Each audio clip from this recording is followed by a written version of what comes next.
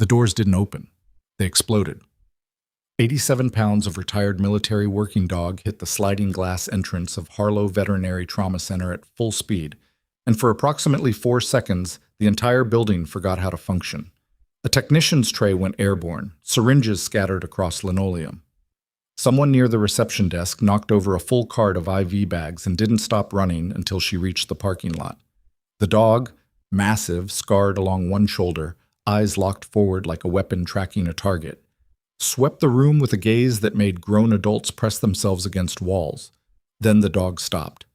Not because of the security guard fumbling for his radio, not because of the senior veterinarian shouting orders from behind a steel door, because of a 29-year-old nurse standing in the middle of the floor with stained scrubs, a cracked stethoscope, and the kind of stillness that doesn't come from training.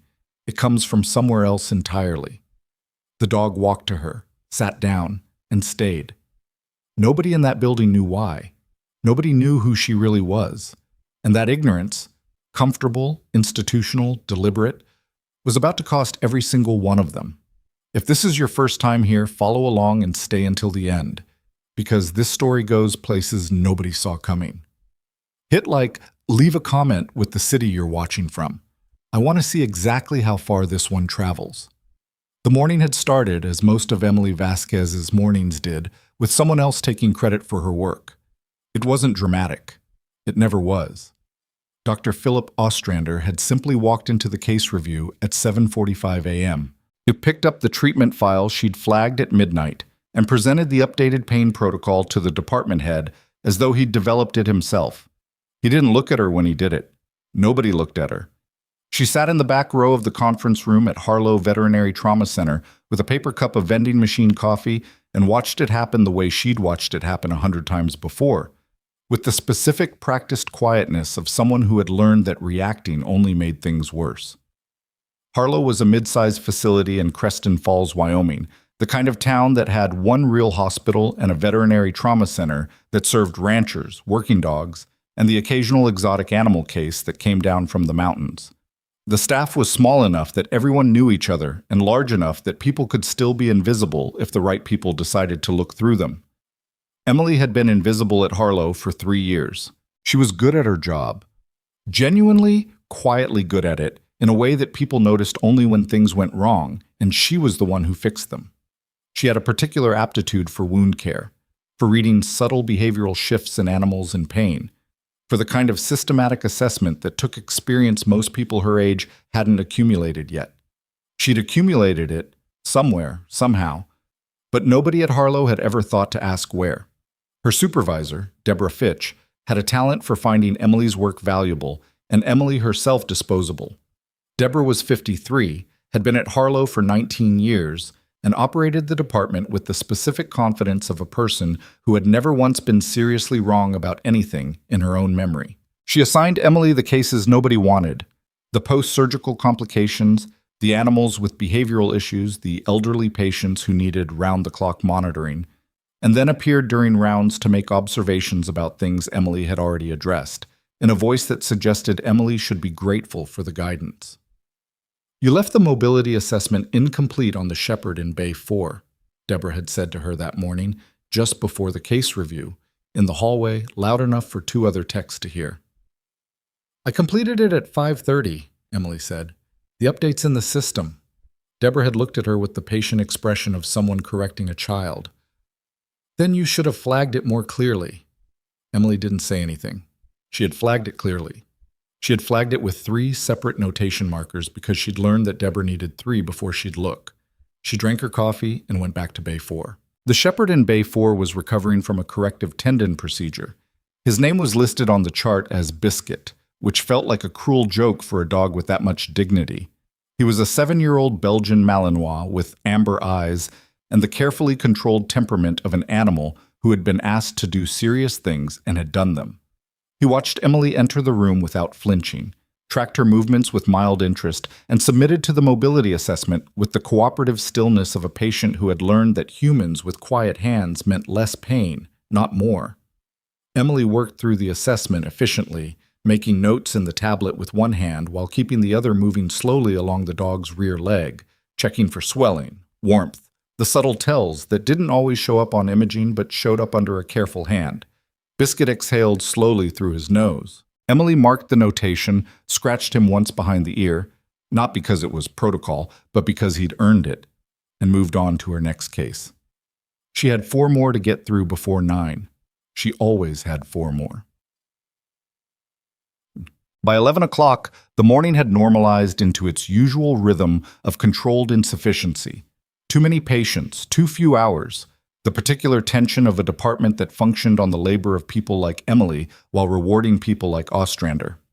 She was midway through a dressing change on a cattle dog who had lost an argument with a piece of farm equipment when she heard the commotion in the lobby. She heard it before she understood it, a crash, the specific high pitch of people surprised and scared, the metallic clatter of something heavy hitting the floor. She set down the saline, told the cattle dog to stay still in a tone that he actually listened to, and walked toward the lobby. She got there just after the doors finished swinging. Later, she would recall the specific sequence of what she saw: the overturned cart, the glass syringes scattered like transparent shrapnel, Carol from reception backed against the far wall with her hands up, and Ricky the security guard standing near the entrance with his radio unclipped and his face the color of old paper. And in the center of all of it, this dog. He was a German shepherd with a military build, the kind of musculature that doesn't come from a kennel, but from years of real work. Black saddle across a tan body, one ear slightly crumpled at the tip from an old injury, a diagonal scar running from his left shoulder partway down his chest. He was moving in tight, agitated circles, head low, reading the room the way trained working dogs do, not randomly, but systematically, clearing angles. He wasn't attacking, he was in crisis, and there was a difference, but nobody in the lobby seemed to understand that, and their panic was feeding his. "Someone call animal control," Deborah's voice came from somewhere behind Emily. "Don't," Emily said. It wasn't loud. She didn't mean it as an order, but it landed like one, and Deborah stopped mid-sentence and stared. Emily walked into the center of the lobby. She moved without hesitation and without speed, which was the only right answer in that room. Fast movement would have triggered him. Frozen stillness would have, too. She moved like someone who understood that the dog was reading every single thing she did and had already formed a preliminary judgment that she was not a threat, and that all she needed to do was confirm it.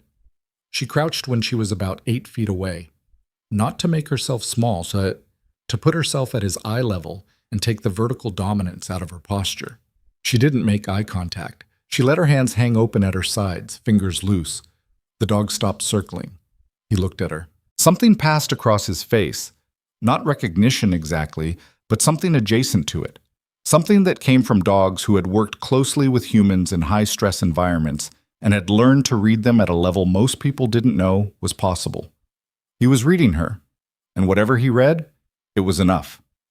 He walked to her and sat down. The room was completely silent. "Holy!" someone started and stopped.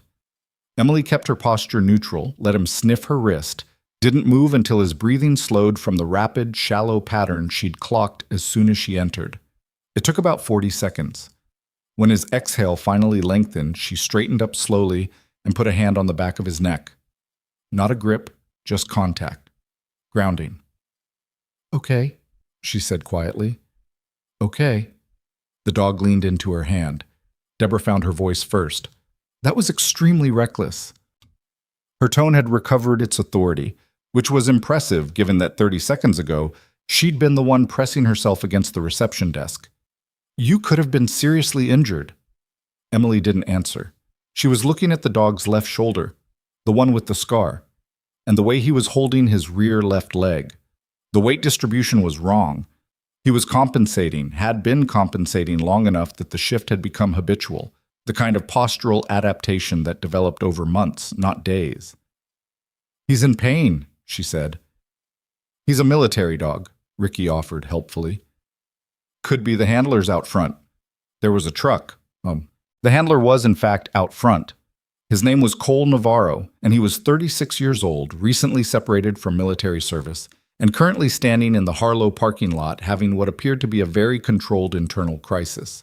He was 6 feet even, lean in the way of people who stayed physically disciplined, not for aesthetics, but because it was part of how they functioned.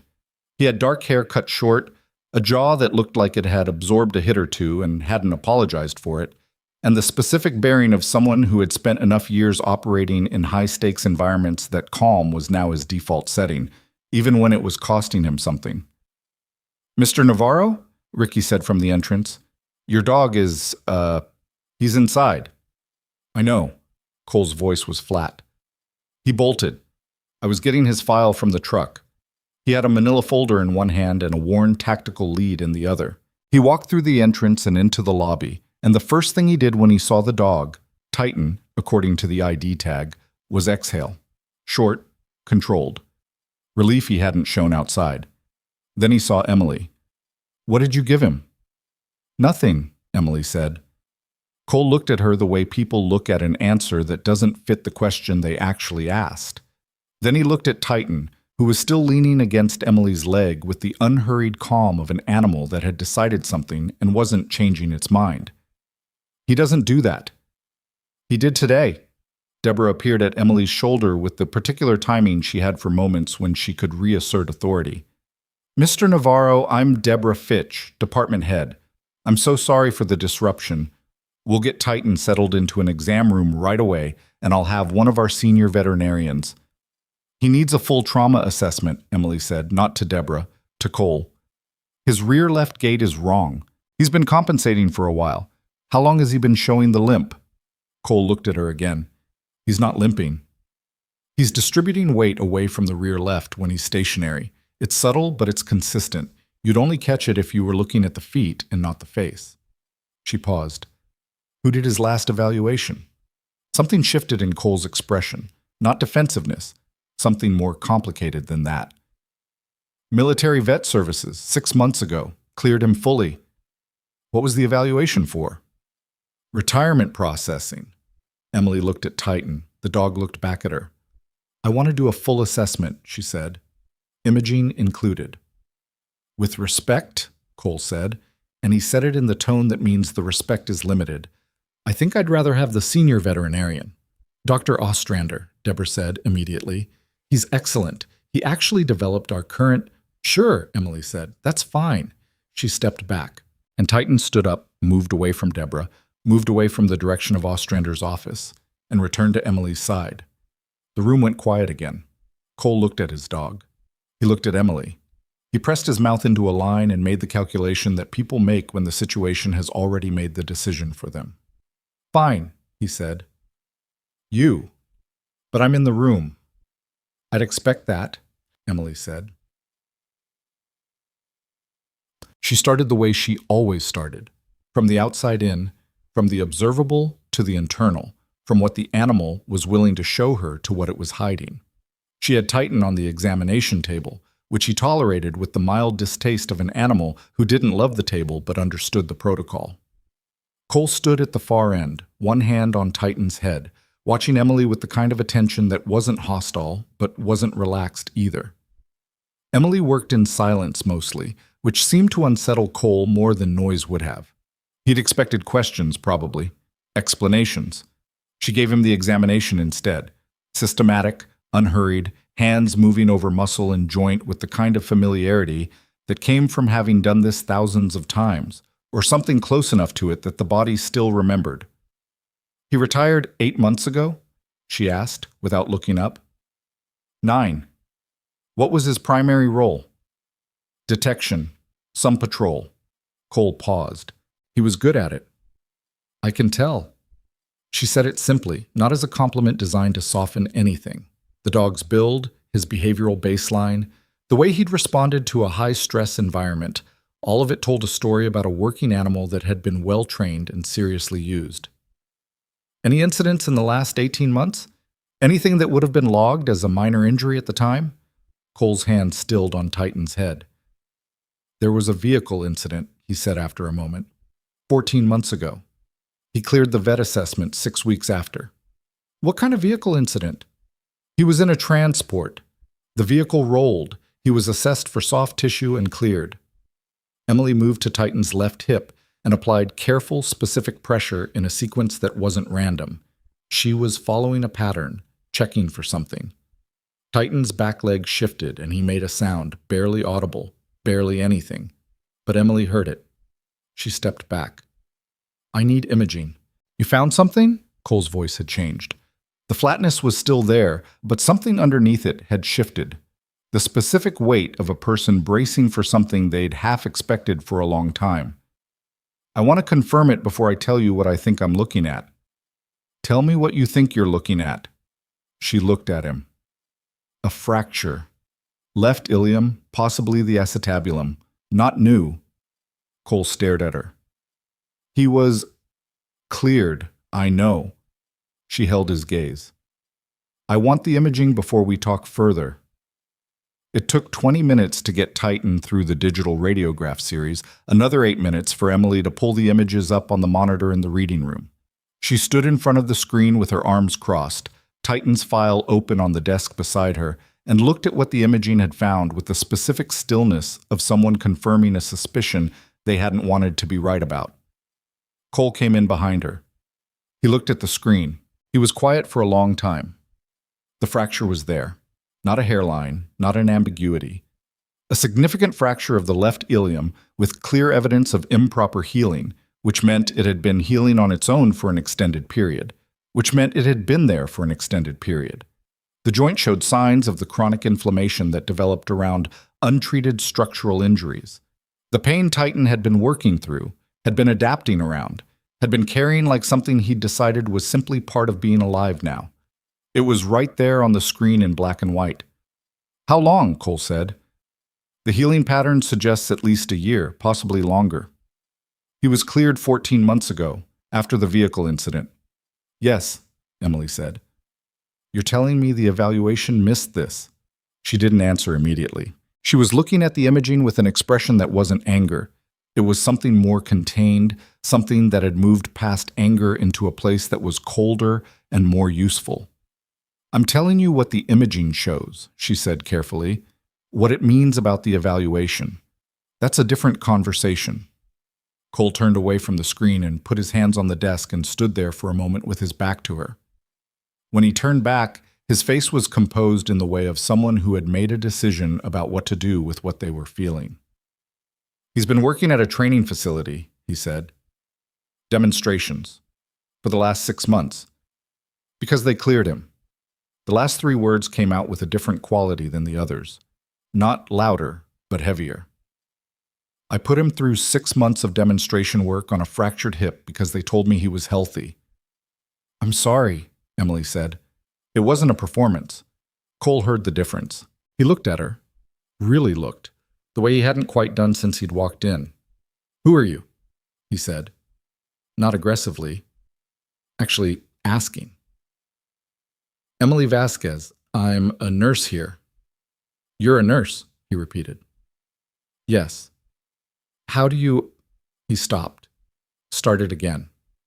You move through that lobby like you've handled military working dogs before.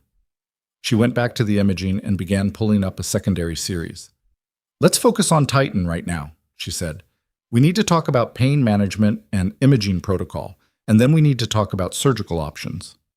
Cole watched her for a moment longer than was strictly necessary. Yeah, he said. Okay. She had a treatment plan drafted and a referral to a veterinary orthopedic specialist pulled up on the tablet when Deborah walked into the reading room with a look on her face that Emily had seen before.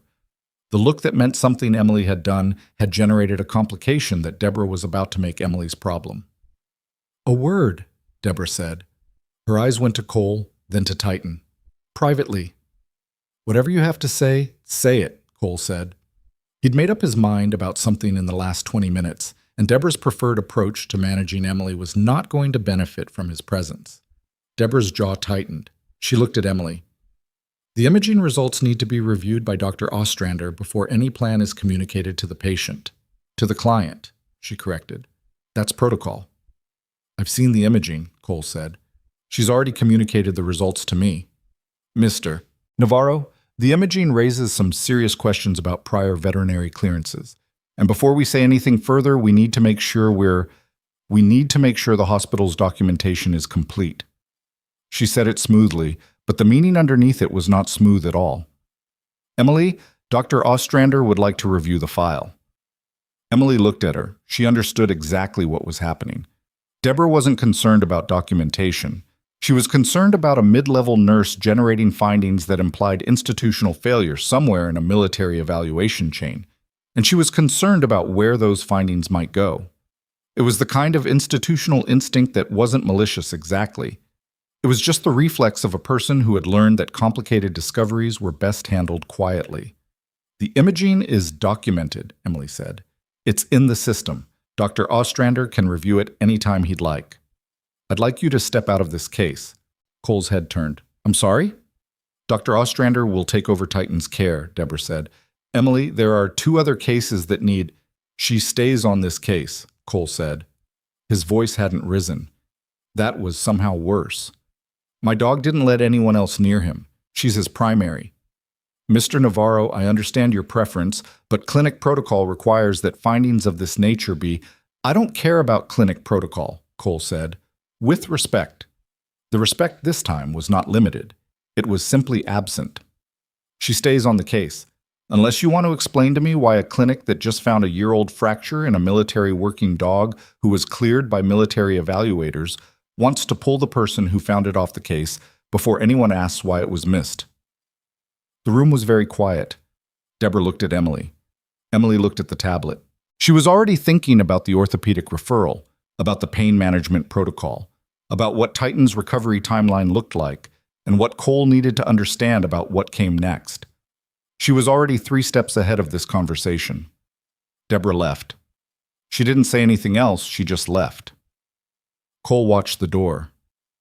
"Does she do that a lot?" "Sometimes," Emily said. He looked at her again with that particular quality of attention she was starting to recognize. He was rebuilding something in his head, updating an assessment he'd formed when he first walked in. "You didn't push back," he said. "When she tried to pull you, you just waited." "I didn't need to push back," Emily said. "You did." He was quiet for a moment. "Yeah." A pause. "Still." She set the tablet down and turned to face him properly. "Titan is going to need surgery," she said.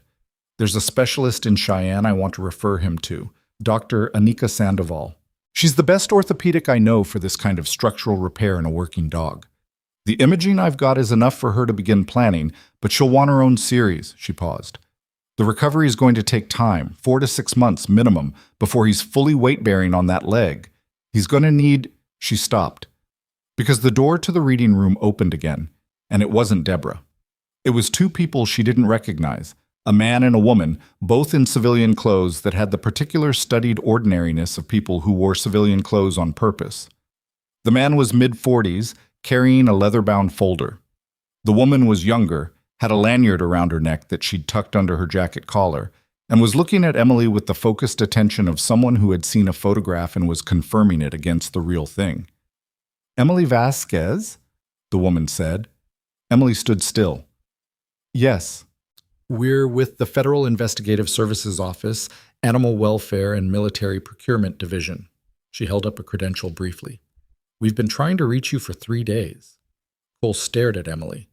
His expression had gone through several rapid iterations and landed somewhere between recalibrated and unsettled. "You know what this is about?" he said. Emily looked at the 2 agents. She looked at Cole. She looked at Titan, who was watching the door with alert, calm eyes, ears forward, tail still. "Yes," she said. "I know what it's about." Her voice was the same as it had been all morning, even, contained, giving nothing away. But her jaw had tightened by a fraction, and her hands, which had been loose and precise through every procedure, every confrontation, every moment of this long and terrible morning, had gone still at her sides. "We should close the door," she said. The door closed with a soft, definitive click, and the reading room, which had already seen too much that morning, became something else entirely. The male agent, who introduced himself as Special Investigator Marcus Webb, set his leather folder on the desk beside the imaging monitor without asking permission. His partner, Agent Dana Forsyth, remained near the door with the particular stillness of someone trained to watch rooms rather than people. Cole hadn't moved. He was standing where he'd been when the agents walked in, one hand still resting on Titan's flank, working through something behind his eyes that he hadn't arrived at yet. 3 days, Emily said. You mentioned 3 days. We've been calling the number we had on file, Webb said. It was disconnected. I changed it 8 months ago. She hadn't changed it for any reason connected to this. She'd changed it because her previous landlord had it and she'd moved. But she didn't explain that because explaining it would make it sound like she'd been avoiding something, and she hadn't been. She'd simply been living her life in the way of someone who had handed something over to the appropriate authorities years ago and then accepted slowly and bitterly that the appropriate authorities had done nothing with it. Ms. Vasquez, Forsyth said from the door. Are you aware of a Dr. Gerald Spann? The name landed in the room with the particular weight of names that carry histories. Emily was aware of it. She'd been aware of it for 4 years. Yes, she said. He's under federal investigation, Webb said. Has been for 6 weeks. His name came up in connection with a series of fraudulent medical evaluations, working dogs, primarily retired military. The evaluation that cleared Titan 14 months ago was conducted under his oversight. Cole made a sound that wasn't quite a word. We've been building the case for several months, Forsyth continued, and we've hit a documentation gap. Spann's digital records go back 3 years. But the pattern we're seeing, the methodology, the specific way the falsifications are structured, it's consistent with practices that predate his current operation by at least 5 years. She paused. Your name came up in a secondary record, a complaint filed approximately 4 years ago. I filed it, Emily said. With the Military Veterinary Review Board, Webb confirmed. And they buried it. Webb didn't confirm that directly. He picked up his pen, set it down. The complaint was logged, reviewed internally, and closed. The reviewing officer noted insufficient evidence. I had sufficient evidence, Emily said. The evenness in her voice was the kind that came from having been angry about something for long enough that the anger had composted into something more durable. I had documentation of 11 evaluations across a 14-month period, clearances issued for animals with observable, diagnosable conditions. I had records of the evaluating veterinarians, timestamps on the clearances, and in 4 cases I had imaging that directly contradicted the stated outcomes. We know, Forsyth said. That's why we're here. Cole had been looking at Emily with an expression that had stopped being complicated and become something simpler. Not betrayal. He hadn't known her long enough for that. More like the recalibration of a person discovering that the ground they were standing on was further above sea level than they'd thought. You reported this 4 years ago, he said. It wasn't a question. Yes. And they closed it. Yes. And Titan was evaluated after it was closed. Emily looked at him. Yes. He turned away from her and looked at the wall, and the hand on Titan's flank pressed down slightly, unconsciously. Titan didn't react. He just leaned back. Webb opened his folder and removed a single printed sheet, turned it to face Emily on the desk. We recovered a partial record set during a separate audit 6 weeks ago. It references your complaint. It also references an internal memo recommending that the complaint not be forwarded to the Oversight Committee. He pointed to a line near the bottom of the page. The memo was authored by someone in the chain between your filing and the review board. The signature is redacted in the copy we recovered, but the authoring office is listed. Emily looked at the page. Her expression didn't change, but her jaw moved very slightly, the way someone's does when they've read something that confirms something they already knew, and somehow that's worse than being wrong. You knew the name, Forsyth said quietly. I knew the office, Emily said. I didn't have the specific person. I had a guess. We need whatever documentation you retained from that period, Webb said.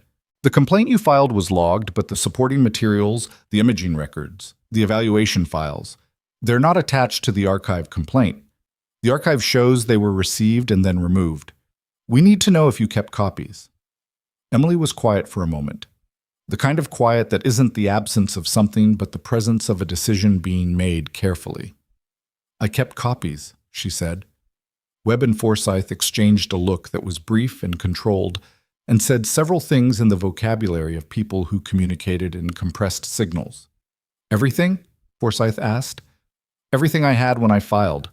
plus some additional documentation I gathered in the 6 months after the complaint was closed, while I was still in a position to gather it. A pause. Before I wasn't. That last part she said without elaboration, and nobody pushed it. Not yet. Where is it? Webb asked. Not here, Emily said. I'll need to retrieve it. How soon can... Tonight, she said. I can have it tonight. Deborah was waiting in the hallway outside the reading room when Emily came out, which meant Deborah had been standing in the hallway for somewhere between 15 and 25 minutes, which meant she'd been listening to as much as she could through the door and had not been satisfied with what she'd managed to catch. The expression on her face was the controlled version of something considerably less controlled. Who are those peoples? She asked, dropping her voice. Federal investigators, Emily said, continuing to walk. Emily. Deborah moved to keep pace, which required a small, undignified adjustment of her stride. The hospital administration needs to be informed if federal investigators are on the premises. They're here to see me, not the hospital. You're on hospital grounds, which means Deborah. Emily stopped walking and turned to look at her directly. This was unusual enough that Deborah actually stopped talking. Emily didn't often make direct eye contact during these interactions. She usually let Deborah's monologues run their course because resistance cost time and energy she needed for other things. But the morning had shifted something, and she was no longer interested in managing Deborah's anxiety on Deborah's schedule. Whatever you're worried about, I'd suggest you speak to the hospital's legal team before you speak to me, and I'd suggest you do it before the end of business today. She walked away before Deborah could formulate an answer. Cole was coming out of the reading room with Titan at his heel when she rounded the corner back toward the exam wing. He fell into step beside her without being asked, which she noticed but didn't comment on. Titan was moving more slowly than he had when he'd arrived. The adrenaline had burned out, and the underlying pain was reasserting itself. Emily adjusted her pace without thinking about it. How much of it do you still have? Cole asked. All of it. He was quiet for a few steps. Why'd you keep it? She thought about that question. She'd thought about it before, in the early months after leaving, when keeping the files had felt like insisting on something nobody was interested in hearing, and later when it had felt more like carrying something she didn't know how to put down. Because I was right, she said finally, and being right without evidence is just being a person with an opinion. Cole looked at her sideways. You've been carrying this for 4 years and working here. Yes. Doing wound care and mobility assessments on cattle dogs. Among other things. He stopped walking. She took 2 more steps and then stopped too, turning back toward him. Titan sat down between them with the equanimity of an animal who had stopped trying to understand human pauses. Why? Cole said. Not why you kept the files. Why are you here? Because what I watched you do in that lobby, what you found in 20 minutes on my dog, that's not someone who belongs in this facility doing the work you're doing, so why are you here? She looked at him for a moment. It was a real question asked without aggression, and it deserved something closer to a real answer than she usually gave. Because after I filed the complaint and it went nowhere, I left military service, she said. And I had a nursing license and I needed to work. And Creston Falls was where I ended up. She paused. There's not a complicated reason. I was tired, I needed a salary, and nobody here asked me questions I didn't want to answer. Until today. Until today, she agreed. They stood in the hallway for a moment with that hanging between them. Then Emily turned and kept walking, and Cole came with her, and Titan got up and came too. She got Titan settled into a monitored recovery bay with a pain management protocol she'd documented 3 times in the system. Once in the primary chart, once in the nursing notes, and once in a flag that would ping Dr. Sandoval's office in Cheyenne with the imaging attached. She did this with the systematic thoroughness of someone who had learned not to trust that anything existed unless it existed in multiple places. Cole sat in the chair beside the bay. He'd called someone. She'd heard part of the conversation from the hallway, his voice low and controlled, the specific tone of a person conveying serious information without letting the seriousness become noise. She hadn't listened. It wasn't her business. She was in the middle of updating Titan's file when one of the younger techs, a 23-year-old named Priya, who had been at Harlow for 8 months and still had the specific optimism of someone who hadn't been worn down yet, appeared at her elbow. "Doctor, Ostrander wants to see you," Priya said, and then, because she was 23 and still hadn't learned to keep her face entirely neutral. "He seems kind of, I don't know, stressed." "Okay," Emily said. She finished the notation she was in the middle of, saved it, and then went. Ostrander's office was at the end of the east corridor, past the surgical wing, in the part of the building that got good afternoon light and had been allocated to people whose names appeared on the donor plaque in the lobby. He was behind his desk when she arrived, and he'd done something with his face that was meant to convey authority, but was reading, in the specific way things read when you knew what to look for, as anxiety wearing authority's clothes. "Close the door," he said. She closed it. "There are federal agents in my hospital." "In the hospital's reading room," she said. "Specifically." "Emily." He put his hands on the desk, pressed flat, the gesture of a person trying to find solid ground. "Whatever you've gotten yourself involved in, I filed a complaint 4 years ago regarding fraudulent military working dog evaluations," she said. "The complaint was suppressed. The investigators are here because they've reopened the underlying case and they need documentation I retained from that period." Ostrander stared at her. He processed this with the visible effort of a man who had walked into a conversation expecting to manage a minor institutional inconvenience and discovered it was considerably heavier than advertised. "You filed a federal complaint," he said slowly. "A complaint with the Military Veterinary Review Board, yes. With federal implications, yes. While you were working here?" "No, before I was working here. But the evidence is relevant to a current federal investigation, and the investigators are here to obtain it." He was quiet for a long moment. He looked at his desk, at the neat piles of documentation he'd assembled from other people's work, at the framed degree from a university in Colorado that cost considerably more than Emily's had. Does this create any liability for the hospital?" There it was. She'd wondered how long it would take to get there. "I don't believe so," she said, "unless there's something about the hospital's own practices you're concerned about." His jaw tightened. "That's not what I meant." "Then I think you're fine," she said. She turned toward the door. "I should get back to my patient." "Emily." He said her name with the inflection of someone who had never quite looked at her and was beginning to realize they'd spent 3 years not looking at something significant. "The imaging you pulled this morning, on the Navarro dog." She waited. That was good catch," he said. The words came out with the specific labor of a man who did not often have occasion to give Emily Vasquez a genuine compliment and was therefore not practiced at it. She looked at him for a moment. "It was a year-old fracture that had been called a clean bill of health," she said.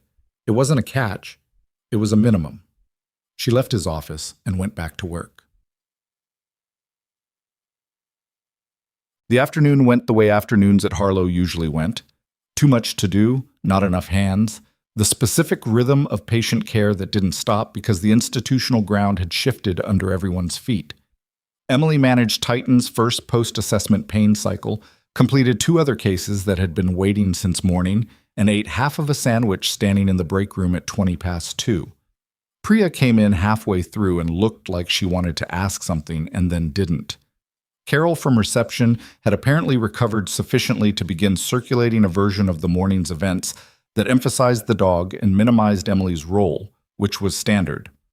Webb and Forsyth had left around noon with an appointment to return the following morning. Before they'd gone, Webb had given Emily a number and a case reference code and said, with the particular care of a federal investigator who had learned not to make promises, that her documentation would be handled carefully. She'd written the number down on the back of a notepad page because she didn't want it in her phone, which was a habit that came from somewhere she didn't often think about. Cole had stayed. That was the part she hadn't anticipated. He wasn't in the way. She'd expected him to be the kind of man who managed anxiety through presence and proximity, which was its own kind of problem in a clinical environment. Instead, he was in the chair beside Titan's bay, doing something on his phone with the focused quiet of someone working. And when Emily came back from rounds, he looked up and said, "How's his color?" Which was, she noted, a reasonable clinical question from someone who had spent years monitoring working dogs in the field. "Good," she said. "Pain management is holding." "Good," he said.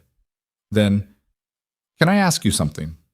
She was charting. She kept charting. "You can ask." "The complaint, the one 4 years ago." He set the phone down. "What happened to you after it was closed, professionally?" She kept writing for another moment. Then she set the stylus down. "I was asked to leave my position," she said. "Not fired, asked. There's a difference in the paperwork, but not in what it was." "No," she said. "Not in what it was." Cole was quiet. "Someone knew the complaint was yours." "Yes." "Someone in the chain between your filing and the review board." "That's what I believe."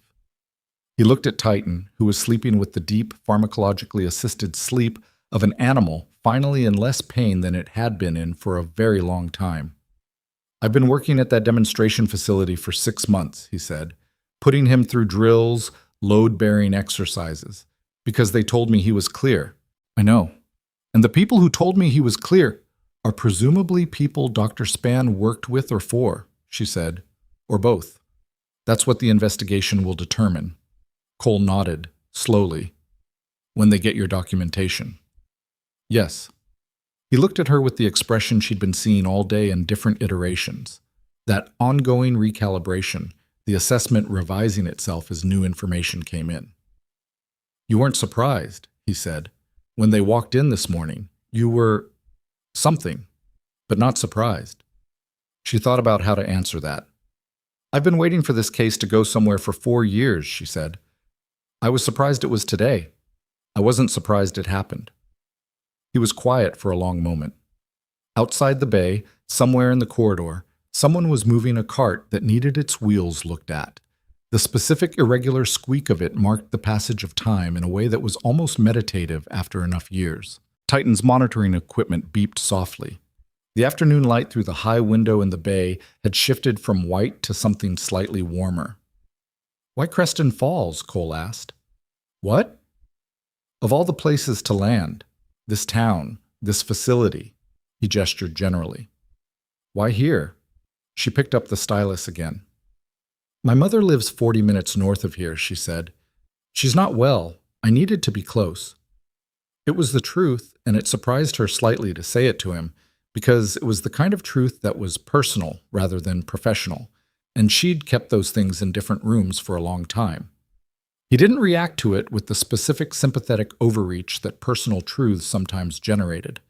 He just nodded, once, like a person filing information appropriately. "Okay," he said. "Okay," she said. She went back to charting. It was at 20 to 5 that the day's second rupture happened. Emily was finishing the afternoon handoff notes at the nursing station when Deborah appeared for the 3rd time. But this Deborah was different from the morning Deborah. The morning Deborah had been defensive and territorial. This Deborah was carefully composed in the way of someone who had spent the afternoon on the phone with people above her own pay grade and had arrived at a decision. She set a piece of paper on the desk beside Emily's tablet. Emily looked at it. It was printed on hospital letterhead. It had Deborah's signature at the bottom and the hospital director's signature above it, which meant Deborah had escalated this to a level Emily hadn't anticipated by afternoon. "Effective immediately, sir," Deborah said, in the voice she used when she was reading from a script she'd prepared. "You're being placed on administrative suspension pending a review of this morning's events." Emily didn't pick up the paper. She read it where it lay. "On what grounds?" "Unauthorized communication of preliminary diagnostic findings to a client without physician oversight, and conduct creating potential institutional liability." Deborah folded her hands. "The hospital director has determined that given the federal presence and the nature of what was discussed this morning, it's in the institution's best interest to pause your involvement in the relevant case and conduct an internal review." Emily sat with that for a moment. She'd felt this kind of thing before. The shape of it was familiar, the formal language, the inverted logic, The institution protecting itself by removing the person who'd done something true and inconvenient. It was the same shape as 4 years ago, dressed in different clothes. Titan is my patient, she said. Dr. Ostrander will assume Titan's care. I've already made a referral to an orthopedic specialist in Cheyenne. That referral will be reviewed before it proceeds. Emily looked at the paper. She looked at Deborah. She thought about several things she could say and said none of them. She picked up her tablet, saved everything she'd been working on, logged out, and stood up. Emily, Deborah said, and there was something almost uncertain in it, which was new. This isn't... The hospital has to protect itself. You understand that. I understand what you're doing, Emily said. She picked up her bag from beneath the desk. I don't think it's the same thing. She walked to the exit that led to the parking lot, passing the corridor to Titan's Bay on her way. Cole was in the hall outside it, leaning against the wall with his arms crossed, and he straightened when he saw her carrying her bag with the particular quality of someone who had just had the building removed from under them. He looked at her. He looked at the bag. He looked at her face. Tell me they didn't just... Administrative suspension, she said. She kept walking. They've assigned Ostrander to Titan. Emily. He pushed off the wall and came after her. You can't... They can't just... They can, she said. They did. The investigators, he said. Webb and Forsyth, call them. This is... It's not illegal, she said. It's just what institutions do. She pushed through the door and the late afternoon air of Creston Falls hit her, cool, thin, carrying the particular smell of a town at elevation that had just moved past the heat of the day. She stopped on the pavement and took a breath. Cole came through the door behind her. He stood beside her on the pavement, and they both looked at the parking lot for a moment, which was a prosaic thing to look at for a moment of this kind, but it was what was in front of them.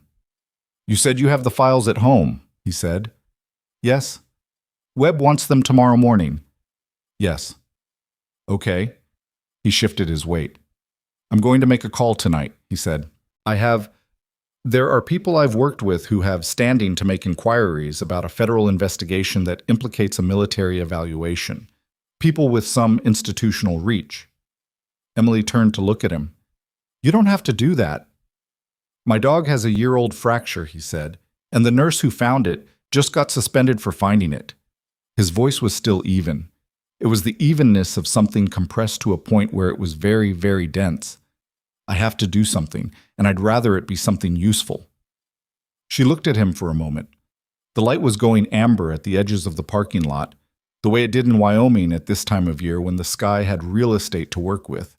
She was tired in the specific way of someone who had been carrying something heavy all day on top of the weight they carried every day. Her shoulder hurt where she'd pulled something catching a cage door that morning and hadn't mentioned it to anyone. Okay, she said. Okay, he said. She walked to her car. She drove home. She pulled into the parking lot of her apartment building, went upstairs, fed the cat that had appeared at her door 8 months ago and never left, and stood in her kitchen for a moment with her hands on the counter. Then she went to the hall closet, moved a winter coat and a box of tax documents to the side, and pulled out a gray fireproof document case that she had carried from 3 apartments across 4 years and had never opened in front of anyone.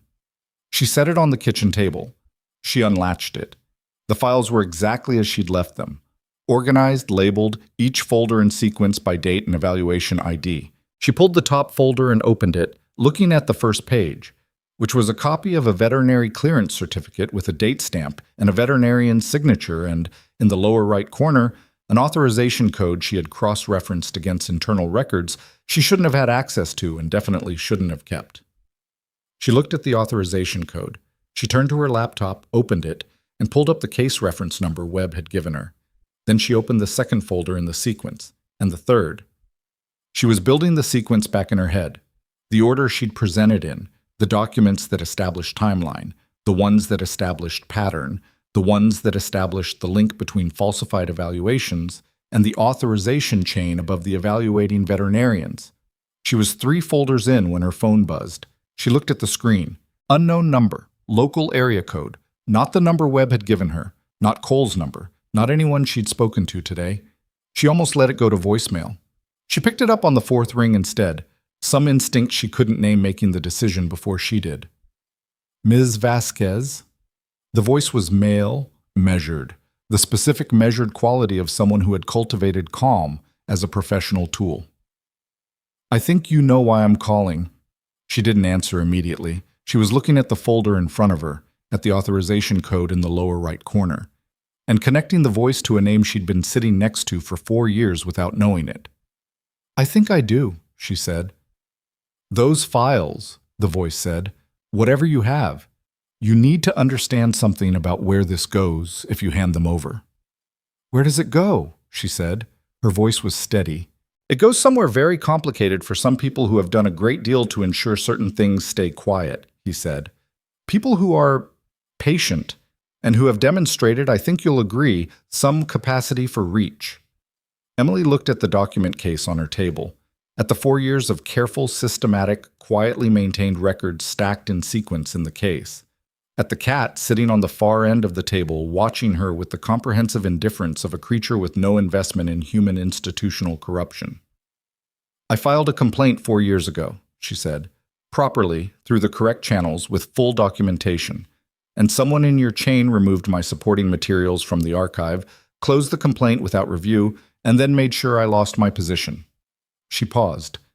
Is that approximately correct? Silence. Then, you're not someone who should be making enemies, Ms. Vasquez. No, she said. I'm someone who already has them.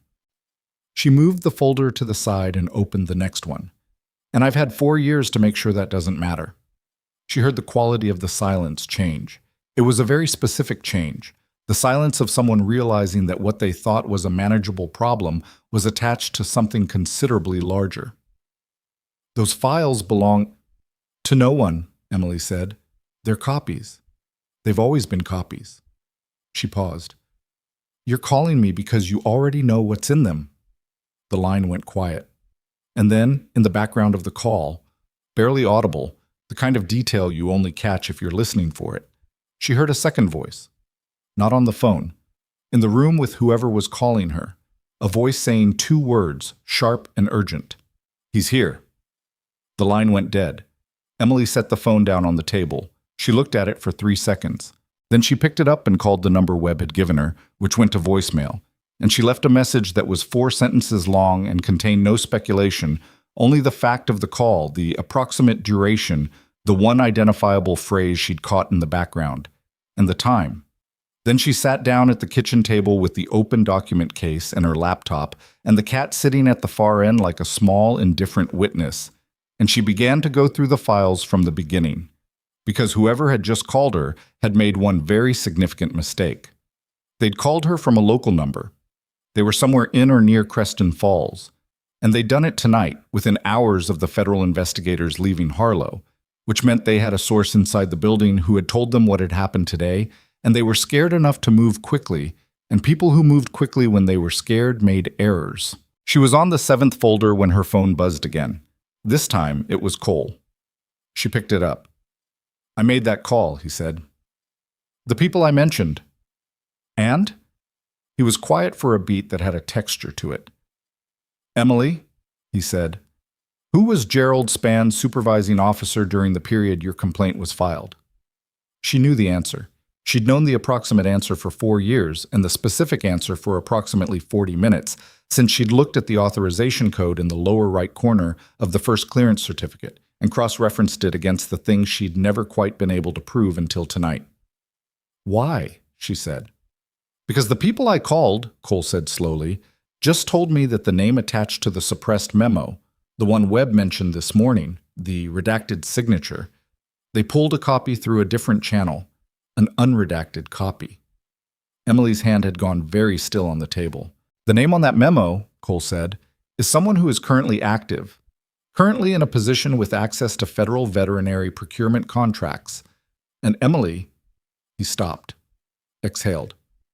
He's in Wyoming. He's been in Wyoming for the last 3 days attending a regional review board session. The kitchen was very quiet. That's who called me, Emily said. Not a question. What? 20 minutes ago, she said. Unknown number, local area code, someone trying to tell me to stop. The silence on Cole's end had weight to it. "Emily," he said, "he knows where you are." She looked at the document case on the table, at the 7 open folders, at the phone in her hand and the locked apartment door across the room, and the window above the kitchen sink that showed the parking lot below in the amber wash of the security light. In the parking lot, a car she didn't recognize was parked at the far end, engine off, lights off, and it hadn't been there when she'd pulled in. Her hand tightened on the phone. "Cole," she said, "I need you to call Webb. Right now. Tell him the case is more active than he knows." "Where are you?" "My apartment." She was already on her feet, the document case in one hand, the cat retreating under the couch with the accurate animal instinct for when a human's energy has changed. "I'm going to be somewhere else in about 4 minutes. Emily, call Webb," she said. "I'll call you when I'm moving." She ended the call. She picked up the document case. She grabbed her keys and her bag, and she went to the door and stopped with her hand on the lock and made herself take one breath, just one, measured, the kind she'd learned to take in situations where the wrong kind of fast was worse than slightly slower. And then she opened the door and moved into the hallway. The hallway was empty. The elevator was on a different floor. She took the stairs. She was on the second landing when she heard the building's front entrance open below her. Unhurried footsteps. One set. Moving toward the stairs. She kept moving.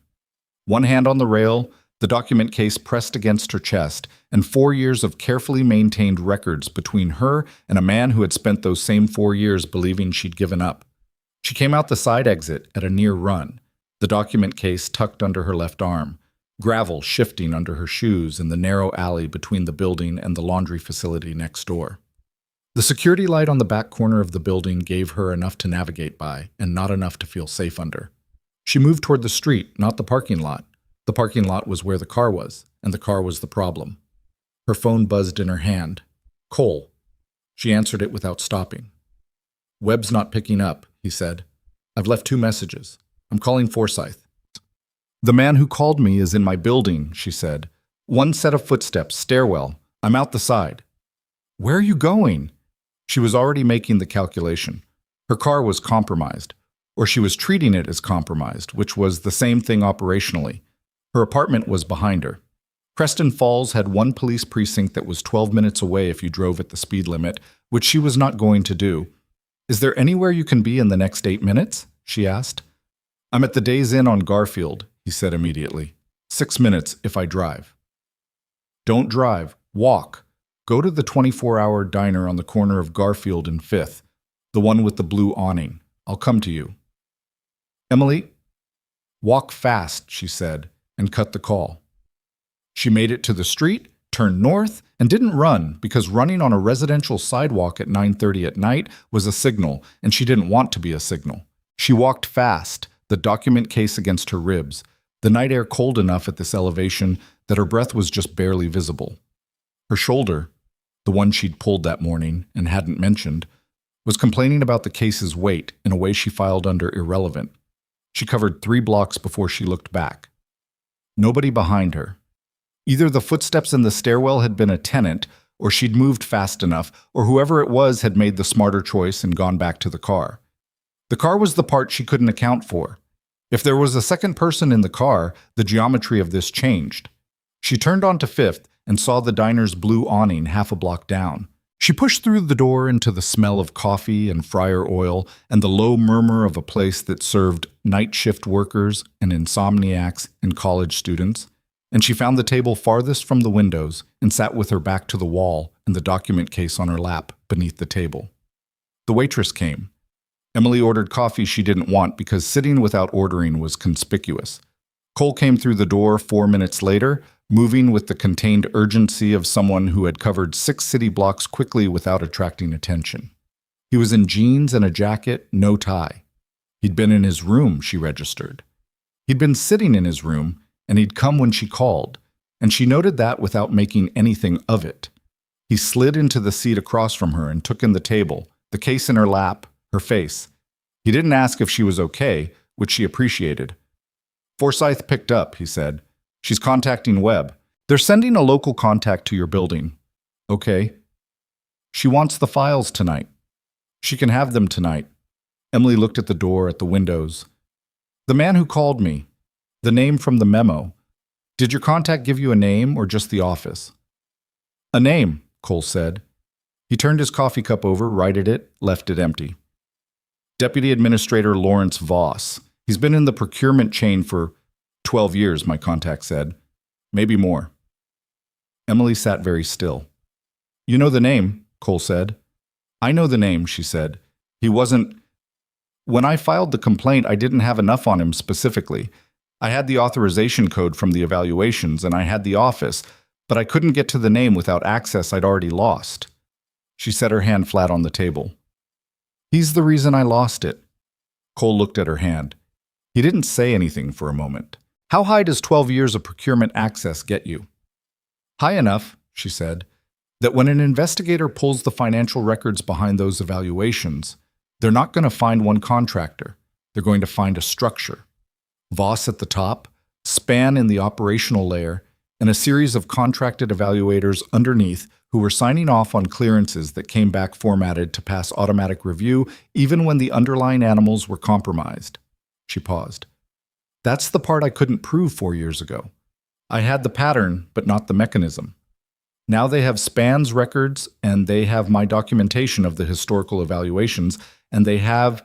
She stopped. What? Cole said. They have a phone call, she said slowly. Voss called me from a local number tonight. A local number means a local SIM, or a local landline. If it's traceable, it puts him in Creston Falls making contact with a federal witness hours after investigators accessed records connected to his office. She looked at Cole. That's not a person being careful. That's a person who panicked. Cole leaned back in his chair slightly. Because of today. Because of Titan, she said. Because Titan wasn't supposed to come here. Wasn't supposed to get a second assessment. The original plan, if you can call it that, was that he'd retire, do demonstration work, eventually be retired fully, and nobody would ever go back and image that hip. The evaluation would just be a record in a file. She exhaled. He walked through those doors this morning and sat down next to me, and the whole thing started unraveling. Cole was quiet for a moment that had several layers to it. Then, I want to be at the handoff tonight, when you give them the files. You don't need to be. I know I don't need to be, he said. She looked at him across the table. He meant it the way he said it. Not as protection, not as management, as presence. She'd been alone with this for 4 years. She was tired in a way she was only now starting to feel the full weight of, now that she'd finally stopped moving and sat down in a diner on 5th Street with coffee she didn't want and a document case on her lap that had been waiting 4 years for exactly tonight. Okay, she said. Forsyth arrived 22 minutes later with a second agent Emily hadn't met before. They took the corner table and Emily transferred the files, all of them, every folder, organized in the sequence she'd built over the course of the evening, across the diner table with the specific, careful attention of someone who had kept these things safe for a very long time and was now trusting the transfer to be the right decision. Forsyth went through the top folder with her reading glasses on and her face professionally neutral, and then she turned to the authorization codes Emily had flagged in the lower right corners, and she stopped. She looked up at Emily. These codes, she said, you cross-referenced these. Yes. Against internal procurement records. Yes. Records you shouldn't have had access to. No, Emily said. Records I had legitimate access to at the time, as part of my role, and retained copies of when I left. The access was legitimate. The retention was, she paused, a decision I made. Forsyth looked at her for a long moment. Something passed across her face that wasn't quite a smile.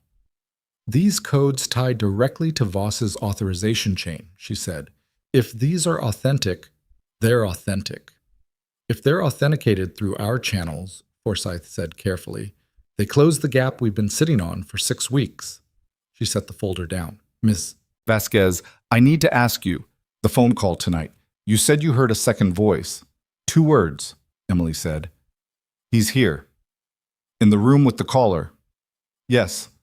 Forsyth and the second agent exchanged a look. We pulled the registration on the car in your parking lot, Forsyth said. It came back to a rental. The rental came back to a corporate account associated with a regional review board. She set her pen down. Lawrence Voss checked out of his hotel this afternoon, approximately 2 hours after we left Harlow. Cole had gone very still beside Emily. He moved, Emily said. We've been trying to locate him for the last 3 hours, Forsyth said. She said it evenly, with the professional composure of a person delivering information that was also, underneath, an acknowledgement that something had slipped. The local contact we sent to your building. They found the stairwell and the side exit, but the parking lot was clear by the time they arrived. The rental is still unaccounted for. Emily sat with that. She looked at the document case, now open on the table, with its contents transferred to Forsyth's evidence envelope. 4 years of careful, methodical, quietly maintained documentation. It was out of her hands now, which was what she'd wanted. It was exactly what she'd wanted. He knows I gave you the files, she said. He would assume it, Forsyth said. After tonight, yes. Which means the window is narrowing, Forsyth said. Which is why we're moving on Spann's office tonight. Warrant's already being executed, but Voss is... She stopped. Emily's phone lit up on the table. The screen showed an incoming call from a number she did not recognize. Not local area code this time, different state entirely, but the pattern of it, the timing, the particular quality of her own instinct pulling alert, made her pick it up. She answered. The voice that came through was not Lawrence Voss. It was someone she had not spoken to in 4 years, someone whose name was on 2 of the folders she'd just handed to Forsyth as a corroborating witness. Someone who had been present at 3 of the 11 fraudulent evaluations she'd documented and had, when she'd last spoken to him, been too scared to confirm anything to anyone. Emily, the voice said, it's Darren Cole. She hadn't thought of that name in months. Her hand tightened on the phone. I know I have no right to call you, Cole said. He sounded like a man who hadn't slept in several days. But Voss reached out to me tonight, an hour ago. He told me the investigation had found the files, and he told me... Cole stopped. He told me what I needed to do to stay out of it. What did he tell you to do? Emily said. Forsyth was watching her with sharp, focused attention. He told me to call the investigators, Cole said, and tell them the evaluations were your idea, that you were the one who structured the falsifications, that you came to him 4 years ago with a scheme to inflate the evaluation outcomes in exchange for a share of the contract savings. The diner was very quiet around Emily, in the way that the world sometimes went quiet when something arrived that required the full bandwidth of a person's attention to process. He told you to frame me, she said. Yes. Cole's voice was thin. And I'm not going to. That's why I'm calling. Emily looked at Forsyth. Forsyth had already picked up her own phone. Darren, Emily said carefully, where are you right now? A pause. The sound of wind somewhere behind him, outside or near an open window. I'm in my car, he said. I've been driving for 40 minutes. I wasn't sure what to do. I wasn't sure who was... Listen to me, Emily said. The investigators who are handling this case are with me right now. I'm going to put one of them on. Her name is Agent Forsyth. You're going to tell her exactly what you just told me, and you're going to tell her where you are. Emily, if Voss finds out Darren, she kept her voice even. He already made his move. Yours is the one that matters now. Silence. She could hear his breathing, uneven, the breathing of a man at the edge of something. Then, okay, he said. Okay. Emily handed the phone to Forsyth. She sat back in the diner chair and looked at the table and thought about Lawrence Voss, somewhere in Creston Falls tonight, in an unaccounted-for rental car, who had just tried to use his last available piece and had instead put his last witness in contact with the people who would dismantle everything he'd built. Cole was watching her.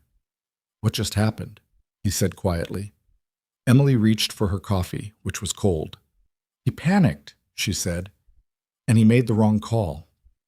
Her phone was still in Forsyth's hand. Forsyth was speaking in low, rapid sentences, taking down an address, signaling to the second agent. The investigation that had been moving in one direction for 6 weeks had just broken open in a completely different place, and somewhere in the structure of it, a name that had been redacted for 4 years was now attached to a man making very bad decisions in a rented car. and then Forsyth lowered the phone. She looked at Emily with an expression Emily had not seen on her face before. Cole says Voss told him one more thing tonight, Forsyth said slowly. He told him there was a second memo, one that didn't go through the review board, one that went directly to a congressional liaison office. She paused. Emily, how many evaluations did you document? 11, Emily said, across 14 months. Cole is saying the total number is closer to 60, Forsyth said, over 7 years. And the authorization on the later ones, it doesn't stop at Voss. The diner hummed around them. The coffee machine behind the counter made a sound. Somewhere outside, a truck moved down 5th Street. Emily sat very, very still. How far up does it go? Cole said. Forsyth set the phone on the table. She looked at both of them with the expression of a person who had just found out the building was considerably taller than the blueprints had indicated. That, she said, is what we need to find out. Tonight. The word tonight hung in the air of the diner for exactly 2 seconds before Forsyth was already moving. Phone back to her ear, her free hand gesturing to the second agent with the compressed economy of someone who communicated in signals her colleagues read without translation. Emily watched her and felt the specific quality of a situation that had been in one gear for 4 years suddenly shift into something faster than she was entirely prepared for, even though she'd been preparing for it the whole time. Cole leaned forward across the table. 60 evaluations, he said quietly. 7 years. At minimum, Emily said. Cole was only involved in the later period. He wouldn't know the full scope. And a congressional liaison. Someone who received a memo directly. That's not the same as being involved. It could be notification rather than authorization. She paused. But it could also not be. Cole looked at her. You're very calm right now. I'm not, she said. I'm just quiet about it. He nodded, once, like that was an answer he understood from the inside. Forsyth came back to the table and sat down with the movement of someone who had 7 things in motion and was allocating attention between them with surgical precision. Call is at a gas station off Route 9, about 14 miles out, she said. We're sending someone to him now. He's agreed to a formal interview tonight. She looked at Emily.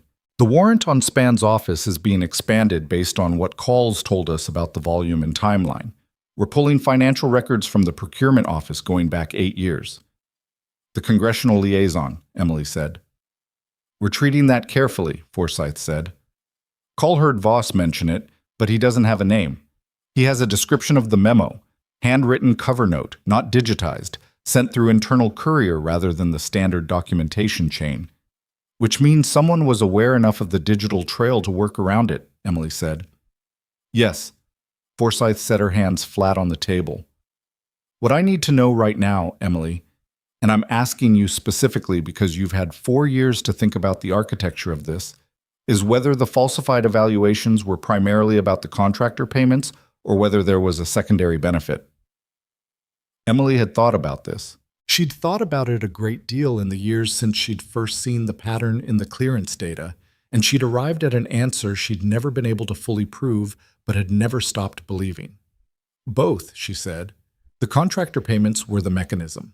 The secondary benefit was managing retirement timelines. Military working dogs with serious injuries should be retired and given medical care. Retiring them costs money and generates paperwork and occasionally generates public attention when the dogs are well known. Clearing them instead means they stay in operational or demonstration roles. The retirement costs don't hit the budget line, and the contractor who runs the evaluations gets paid for a clean clearance rather than a complicated one. Forsyth was quiet for a moment. You're describing a system where animals were kept in active roles while injured because their retirement was a budget inconvenience. And the contractor was incentivized to find them fit rather than not, Emily said. Yes. The second agent, who had been on his own phone in the corner, came back and bent down near Forsyth's ear. Emily watched his expression as he spoke. Controlled, professional, but with something underneath it that registered as significant. Forsyth listened, and her own expression went through a small, rapid recalibration that she smoothed out quickly. What? Cole said. Forsyth looked at Emily. The rental car, she said. It was found 20 minutes ago. Parked behind a law office on Creston Main Street. Engine off. Empty. He went to a lawyer, Cole said. The law office is closed, Forsyth said. He's not with a lawyer. He left the car there. She paused. He's on foot somewhere in downtown Creston Falls. Emily looked at the diner window. The street outside was quiet at this hour. A gas station across the way, a closed hardware store, the particular stillness of a small Wyoming town at 10 in the evening. He's not running, she said slowly. If he were running, he'd keep the car. No, Forsyth agreed. He's waiting for something, Emily said. Or someone. Or he's trying to access something he can't access remotely, Forsyth said. She looked at Emily steadily. Is there anything connected to this case that's physically located in Creston Falls? Something he might need to reach or destroy before we get to it? Emily went very still. She thought about the authorization codes, about the cross-reference procurement records, about the fact that she'd retained copies. She'd always had copies, but copies implied originals, and originals implied provenance, and provenance implied that somewhere in a record system there was a trail she hadn't been able to access 4 years ago, but that someone with Voss's level of procurement authority might know exactly where to find. The Military Review Board Regional Office, she said. There's one in Creston Falls, on Wheeler Avenue. It's a satellite office. It handles regional evaluation submissions and maintains physical archives for the Wyoming district going back 12 years. Forsyth was already on her feet. The physical archives would include original evaluation submissions, Emily said, pre-digital records for the first 3 years of the pattern, the period I have documentation on from my own files, but not the originals. If Voss needs to get to something before you do, it's there, Forsyth said. She was already moving, phone up, speaking in the rapid shorthand of someone coordinating positions. The second agent was with her. She paused at the diner door and looked back. Stay here, she said. Both of you. Someone will be back for you within the hour. She was out the door before Emily could answer. Cole looked at Emily. Emily looked at the empty table where the document case had been. The waitress came by, refilled coffee neither of them had touched, and left without a word. She told us to stay here, Cole said. She did, Emily said. A pause. Are you going to? He asked. She thought about Titan in a bay at Harlow, sedated and finally in less pain. She thought about the document case that was now in a federal evidence envelope. She thought about Lawrence Voss, somewhere in the 4 blocks between a parked rental car and a records archive on Wheeler Avenue, making the calculation of a man who had run out of good options and was now in the territory of bad ones. She thought about Gerald Spann's first falsified clearance certificate, the date on it, the authorization code in the lower right corner, and the animal whose clearance it represented. A 4-year-old Belgian shepherd named in the record only by her registry number, who had been cleared for continued patrol work with an untreated ligament injury and had been euthanized 18 months later when the injury progressed beyond intervention. No, she said. She picked up her bag. Are you? Cole was already standing. Wheeler Avenue was 6 blocks from the diner, which was 6 blocks of cold Wyoming night air, and the specific alertness that came from moving toward something rather than away from it. Emily set the pace. Quick, deliberate, not running. Cole matched it without commentary. They didn't talk. There wasn't anything to say that would be more useful than attention. The Military Review Board satellite office occupied the ground floor of a 2-story brick building that also housed a surveying company and an insurance agency, both dark at this hour. The MRB office itself had a frosted glass door with the agency seal and a set of standard commercial locks. The lights inside were off. They were half a block out when Emily saw the door. It was open, not wide, a few inches, the door resting against the frame without latching. From the street, in the dark, you'd miss it. Emily didn't miss it. She stopped walking. Cole stopped beside her. Forsyth, he said quietly. Call her, Emily said. Tell her the office is already open. He's inside. She was looking at the building's windows. First floor, both dark. Second floor above, unrelated office, also dark. The street was empty. I'm going to the door. Emily. I'm not going in, she said. I'm going to the door. She was already moving before she finished saying it, crossing the street at an angle, keeping out of the direct line of the doorway, coming at the building from the side. She heard Cole behind her, phone already up. She pressed herself to the brick wall beside the door and listened. Inside, the specific quality of a large room at night, the hum of a climate system, the particular acoustic flatness of a space with a lot of filing and very little soft surface. And underneath that, the sound of drawers. Systematic, controlled, not panicked. Someone who knew what they were looking for and where to find it. Cole came up beside her. "Forsyth is 4 minutes out," he breathed. "She said do not engage." Emily nodded. She was not going to engage. She was going to stand beside this door for 4 minutes and make sure that whatever Lawrence Voss was doing inside that office, he didn't finish it and leave by a rear exit before federal agents arrived to find an empty room and missing records. The drawer sounds stopped. A pause. Then paper sounds. The specific friction of archival documents being gathered, compressed, moved. "He's pulling records," Emily said very quietly. Cole's jaw was set. 4 minutes. "If he's burning them, he's not burning them," Cole said. "There's no smoke. He's taking them." Emily thought about this. Taking records from a federal archive was a serious crime regardless of what those records contained, which meant Voss was operating in the register of a person who had decided the alternative was worse. The alternative, from his perspective, was those records being accessed by investigators and added to the structure Emily's files had already established. Whatever was in there was worse than the crime of removing it, which meant it was significantly worse than what she already had. 3 minutes. The paper sounds moved, closer to the door, then shifting left, tracking toward what Emily assessed as a rear corridor. "He's going out the back," she said. Cole moved without discussion, immediately, back down the wall to the edge of the building and around the corner to assess the alley access. Emily stayed at the door. She was doing a calculation that she did not love. If Voss reached the rear exit and got into an alley before Forsyth arrived, the records went with him, and the document chain that connected the 17-page scope of the existing case to whatever larger structure Cole had described broke at a critical joint. She pushed the door open and stepped inside. The room was dark except for the emergency exit sign above the rear door, which cast enough red-tinted light to navigate by. Filing cabinets lined both walls, floor to ceiling, each labeled with district codes and year ranges. A central table held a large brown expandable folder. Open, partially filled, documents stacked beside it. The rear door was at the far end, closed. Emily crossed the room in 12 steps, keeping her footfall quiet on the linoleum, and reached the expandable folder. She looked at the documents stacked beside it.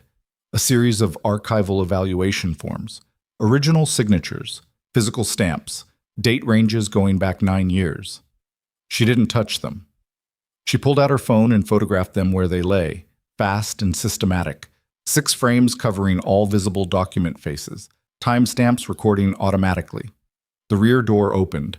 She'd expected Voss to be coming back for the folder. She hadn't expected him to already be in the doorway when it opened, which meant he'd been in the rear corridor for reasons other than exiting, and now he was standing in the doorway with the expandable folder under his arm.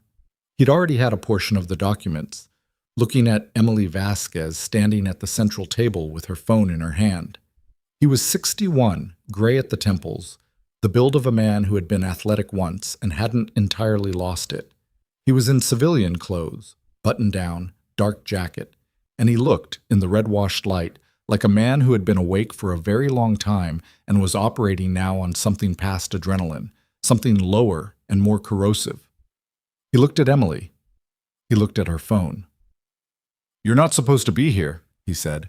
His voice was the same measured voice from the phone call, the professional calm, though it was thinner now, the way a material gets thin when you've stretched it past its tolerance. "No," Emily agreed, "but here we are." He looked at the documents on the table. He looked at the folder under his arm. He was making the calculation, she could see it moving across his face, of a man assessing whether the situation was still manageable, whether he could take the documents, get past her, and still change the shape of what the investigators found. His eyes went to the rear door behind him, back to Emily. Whatever you think those documents show, he said, you don't have the context. I have 11 years of context, she said.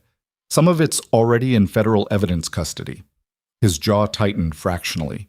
You were a nurse at a regional facility, he said, with no authorization to access procurement records. Anything you retained is inadmissible. That's for a court to determine, she said. Not you, and not tonight. He stepped into the room, one step, then stopped. He was looking at her the way a person looks at something that has become more complicated than the briefing had indicated. And she recognized the look because she'd been on the other end of it before, at Harlow, in the corridor with Deborah, in the military office 4 years ago when she'd walked in with her complaint documentation, and a senior official had looked at her exactly this way, like she was an equation that wasn't supposed to have a solution. You ruined your career over this, he said, 4 years ago. You filed a complaint, you lost your position, you ended up in a veterinary clinic in Wyoming. The words were delivered without heat. That was what made them deliberate rather than reactive. And now you're in here at 10:30 at night in a federal archive, which is a crime. It's a misdemeanor, Emily said. Unauthorized entry. What you're holding is a felony. What you've been authorizing for the past 7 years is considerably more than that. He stared at her. Darren Cole called me tonight, she said, before he called Agent Forsyth. She watched his face. He told her about the memo, the handwritten one, the courier delivery. She let that sit for 1 second. He told her there were 60 evaluations. He's given investigators a timeline and a structure and your name attached to both. She paused. Whatever you were planning to do with those records, it's already too late. The rear door behind Voss opened. Cole came through it at a pace that was controlled and direct, and Voss turned at the sound, and that was the moment. The precise moment when Lawrence Voss understood that there were people on 3 sides of him and that the 4th side was a wall of filing cabinets and that the documents under his arm were not going to change any of this. He sat down in the chair beside the central table, not dramatically, not with any performance. He just sat, the way a person does when the weight of something finally exceeds what their legs are willing to carry. The expandable folder slid from under his arm to the floor, and he didn't reach for it. Cole looked at Emily across the room. Emily looked at the folder on the floor. Outside, through the frosted glass of the front door, she could see the wash of headlights pulling up to the curb. Tit. What followed was not clean. It never was. Forsyth came through the front door with 2 additional agents Emily hadn't met, and there was a sequence of formal statements and evidence documentation that took the better part of 2 hours, during which Emily sat in a folding chair by the filing cabinets and answered questions in the specific methodical way she answered everything, fully, accurately, without elaboration that wasn't requested. Cole stood near the door. Nobody asked him to leave, and he didn't offer to. Voss was placed under arrest at 11:14 p.m. He didn't speak during the process. He looked at the wall, and then at his hands, and then at nothing in particular, with the expression of a man reorganizing his understanding of how the next several years of his life were going to look. One of the additional agents bagged the expandable folder as evidence. Another photographed the documents on the central table. A third began a systematic inventory of the filing cabinets that Emily knew, from the scope of what Cole had described, was going to take significantly longer than tonight. Webb arrived at 11:40. He'd been coordinating the Span office warrant execution and had driven from there. He was a man who moved with the specific efficiency of someone who'd had a long day and was running on the clarity that came at the end of one when all the pieces had stopped being pieces and started being a picture. He shook Emily's hand, actually shook it, which she hadn't expected, and said without preamble, "Your documentation, the authorization codes in the lower right corners of the evaluation forms." "Yes," she said. "We cross-referenced them tonight against the procurement system," he said. "They're authentic, every one of them." He looked at her with the expression of someone delivering information that was also a form of acknowledgement. They tied directly to Voss's authorization chain and to 3 contracted evaluators under Span. What you built 4 years ago was accurate. Emily received this without visible reaction. She'd known it was accurate. She'd known it for 4 years with the specific, grinding certainty of a person who has been right about something and had the experience of being right about it feel exactly like being wrong because the outcome was indistinguishable. And the broader scope, she said, what Call described. We're still pulling records, Webb said, but the procurement trail is consistent with a pattern going back further than the timeline you documented. 7, possibly 8 years. And the memo Call mentioned, he paused. We found a reference to it in Span's physical files. Not the memo itself, but a receipt of delivery, stamped and logged. To the Congressional Liaison Office, Emily said. To a specific staff member in that office, Webb said carefully. We're not making public statements about that piece yet, but I'll say it's not going to stay quiet. Emily nodded. She'd understood, from the moment Forsyth had said the words Congressional Liaison, that the investigation had entered a dimension where the timeline was no longer measured in days. Things at that level moved through layers of legal and political process that she had no control over and couldn't rush. She'd understood that, and she'd filed it under things she couldn't manage. What she could manage was what was already in evidence. What she could manage was Titan's file and the orthopedic referral to Dr. Sandoval and the 9 other cases she had work to do on in the morning. If she still had a job in the morning. She looked at Webb.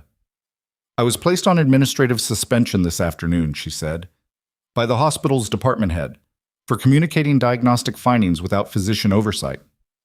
Webb looked at her for a moment. I'm aware, he said. We're going to need you available for additional interviews and documentation review over the next several weeks. I'll be making a formal request to the hospital administration that you be reinstated, given that the findings in question were directly relevant to an active federal investigation and your cooperation has been essential. He paused. That's not a guarantee of anything, but it's what I can do. Thank you, she said. She went back to the folding chair. Her shoulder had moved from complaining to insisting, and she rotated it carefully, working out the specific pull she'd been ignoring since that morning. Cole appeared with a paper cup of coffee from somewhere, she hadn't seen him leave, and set it on the filing cabinet beside her without comment. She drank it. It was bad coffee, the kind that came from a gas station or a vending machine or anywhere that coffee was not the primary concern. It was exactly what she needed. At 1 a.m, they let her leave. Cole drove her back to her building in his rental, a different one than the unaccounted-for car she'd seen in her parking lot, which had been processed as part of the evening's evidence collection. They didn't talk much on the drive. The town was genuinely quiet at this hour, the way small towns at altitude went quiet, the sky overhead actually showing stars through a cold, clear atmosphere. Titan's pain management cycle runs until 6 a.m., she said, looking out the window. I know, Cole said. I confirmed with the overnight tech. She glanced at him. He'd called the clinic. She hadn't thought to do it, had been, for the last several hours, occupied by things she'd been building toward for 4 years. And he had, because he'd been thinking about his dog the whole time. She found that significant in a way she couldn't fully articulate and didn't try. The orthopedic referral to Sandoval, she said. Regardless of what happens with my suspension, that referral is in the system. Ostrander can't pull it without flagging it. If the hospital administration is smart, they're going to want to be very careful about what they block right now. Yeah, Cole said. I imagine they are. He pulled up outside her building. She didn't get out immediately, which was unusual for her.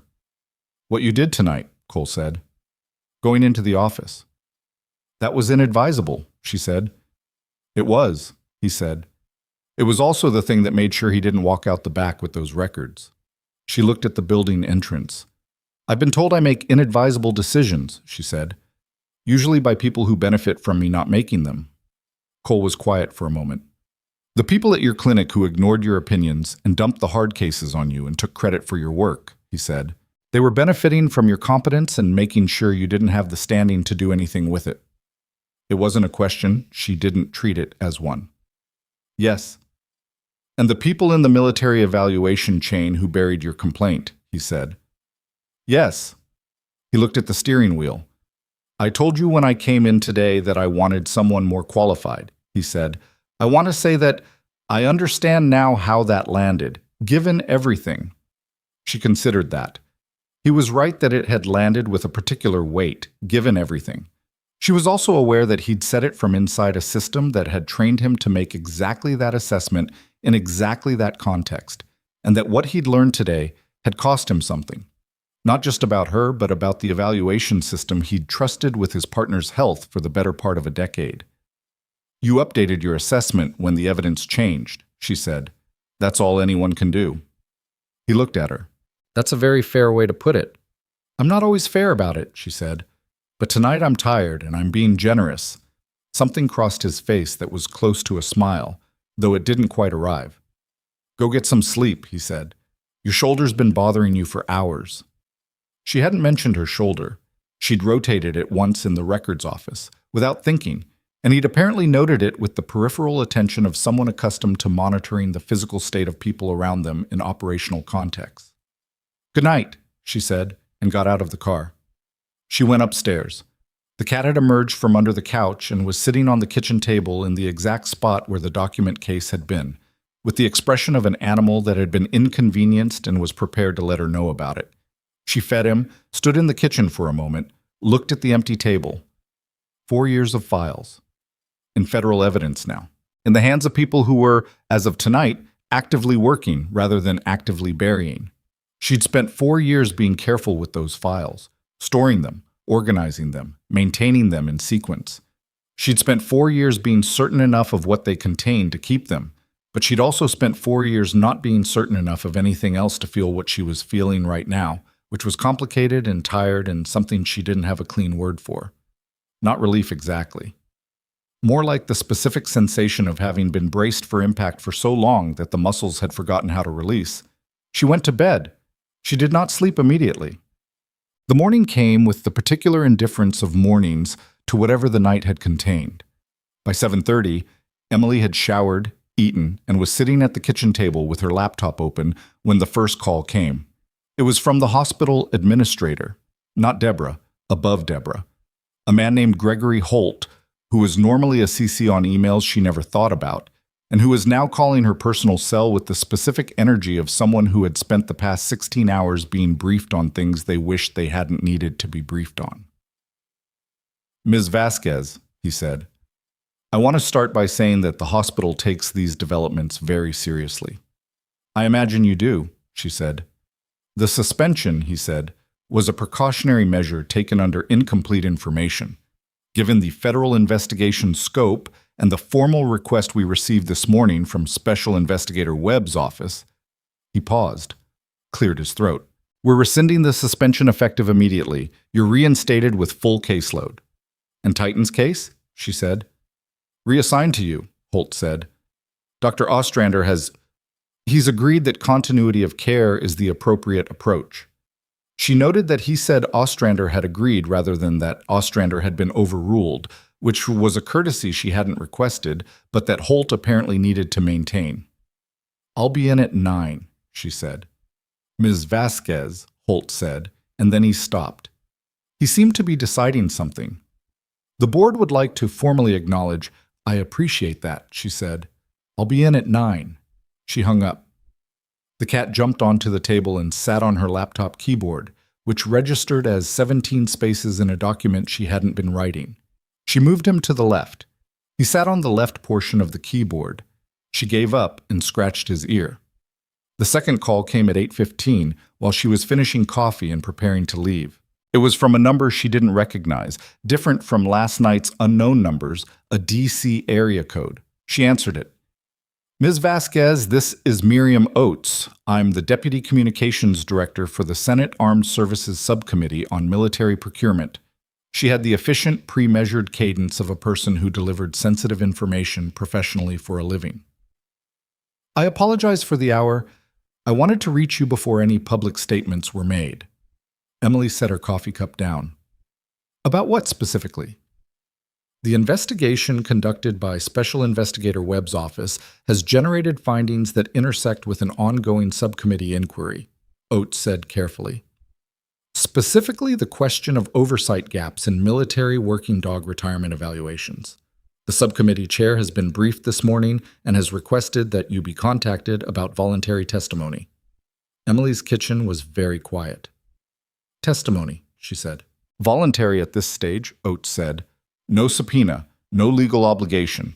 The chair feels that your documentation and direct knowledge of the evaluation system's structure would be significant to the subcommittee's work.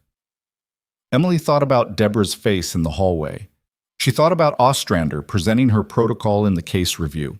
She thought about the senior official 4 years ago who had looked at her complaint documentation and looked at her and seen an inconvenience to be managed rather than a person with a case to be heard. She thought about Titan walking into Harlow's lobby yesterday morning and sitting down beside her as though he'd made a decision nobody else in the building was qualified to make. She thought about 60 evaluations in 7 years and a handwritten memo delivered by courier to avoid a digital trail. "I'll need to review the formal request and have a few days to prepare," she said. "Of course," Oates said. "The chair's office will send the documentation today." A pause. "Ms. Vasquez, what you've maintained over the past 4 years and what you've done in the past 24 hours, the subcommittee is aware of the full picture. The chair wanted me to convey that directly." Emily picked up her coffee cup, put it back down. "Thank you," she said. She ended the call. She sat in her kitchen for a moment with the cat and the silence and the particular weight of a morning that had arrived at a place she'd stopped letting herself believe she'd reach. Then she picked up her bag, checked the time, and left for work. She had patients to see. Titan's pain cycle had ended at 6, and he'd need reassessment. The orthopedic referral to Dr. Sandoval needed a follow-up call to confirm the appointment. There were 2 other cases that had waited too long yesterday, while the world outside the clinic had been doing what it had been doing. She took the stairs down, walked through the parking lot, got in her car. She was 2 blocks from Harlow when her phone buzzed on the seat beside her. Not a call, a message. From Cole. "Sandoval's office called me this morning, said they'd received the referral and could fit him in Friday. Wanted to confirm the imaging would transfer." She sent back, "It will. Tell them yes." A pause.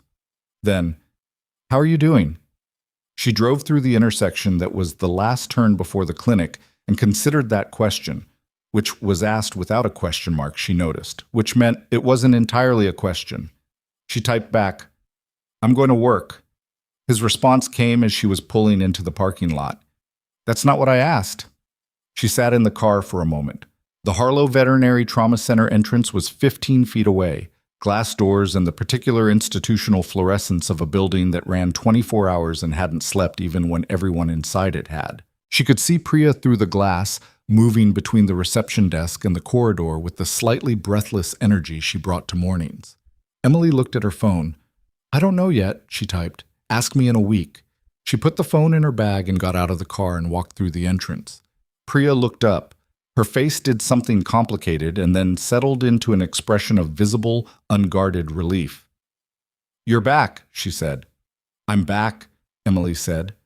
She put her bag behind the nursing station, pulled up the morning caseload, and found Titan's file at the top of the queue.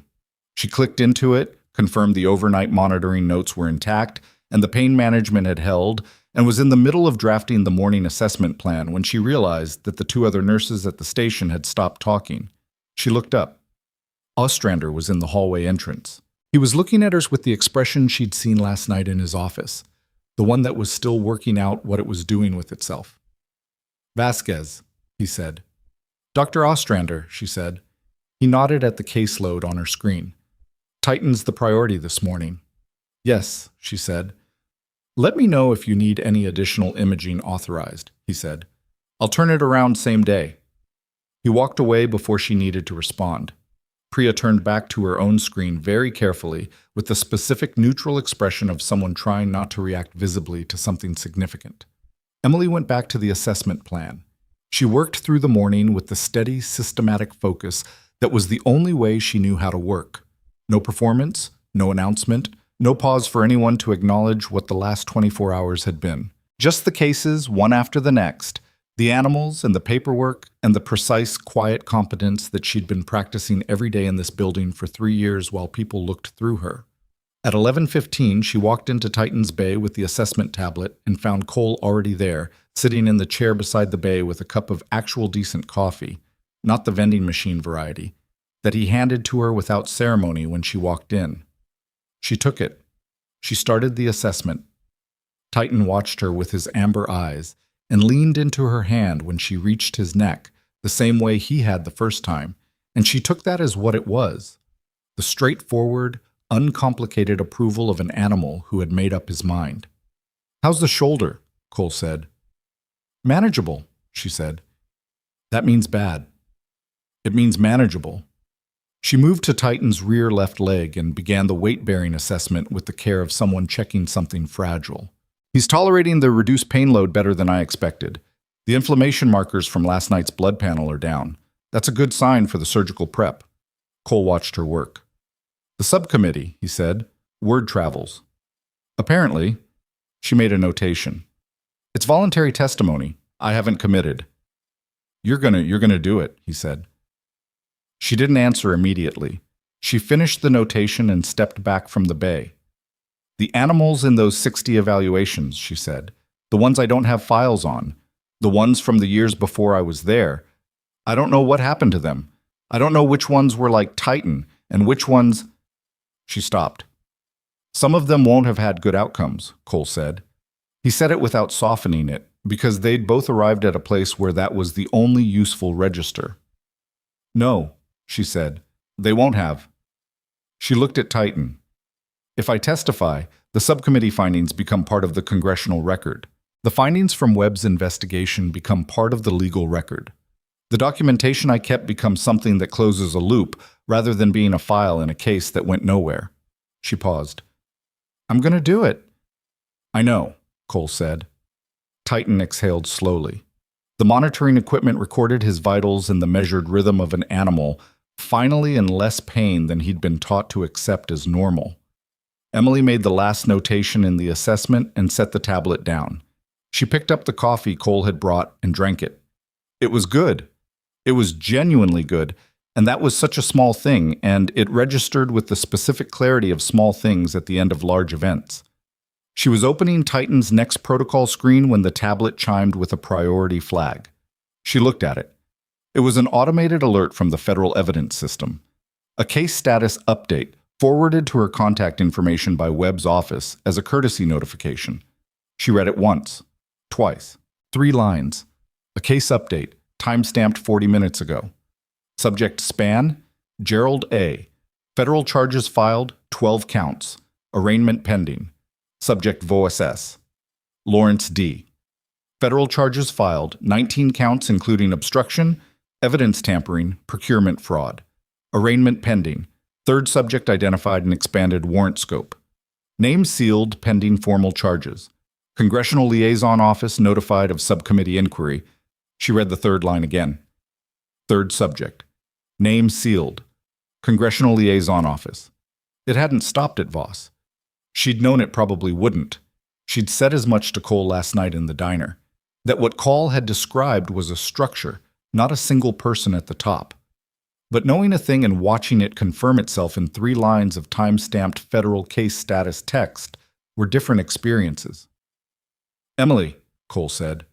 She looked up. He was watching her face, reading whatever he found there. "How far up does it go?" he said. He'd asked that in the diner. Forsyth hadn't answered then. Emily looked back at the tablet, at the 3 lines, at the sealed name and the Congressional Liaison Office and the words expanded warrant scope. "Further than I thought," she said, and the tablet chimed again. The second chime was another status update, but this one came with a name attached, no longer sealed, because the formal charges had been filed in the 40 minutes between the first notification and this one, and the federal system had updated accordingly.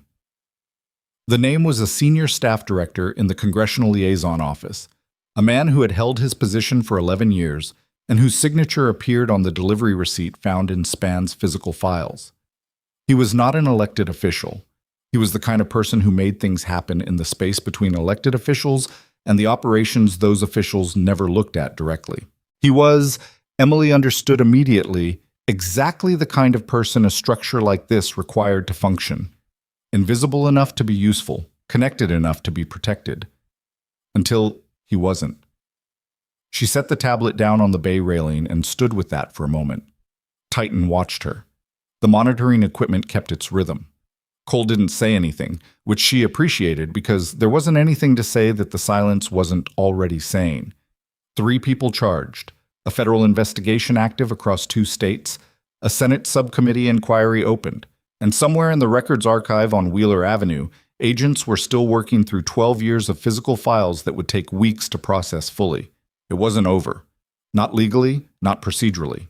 These things never ended in a single morning.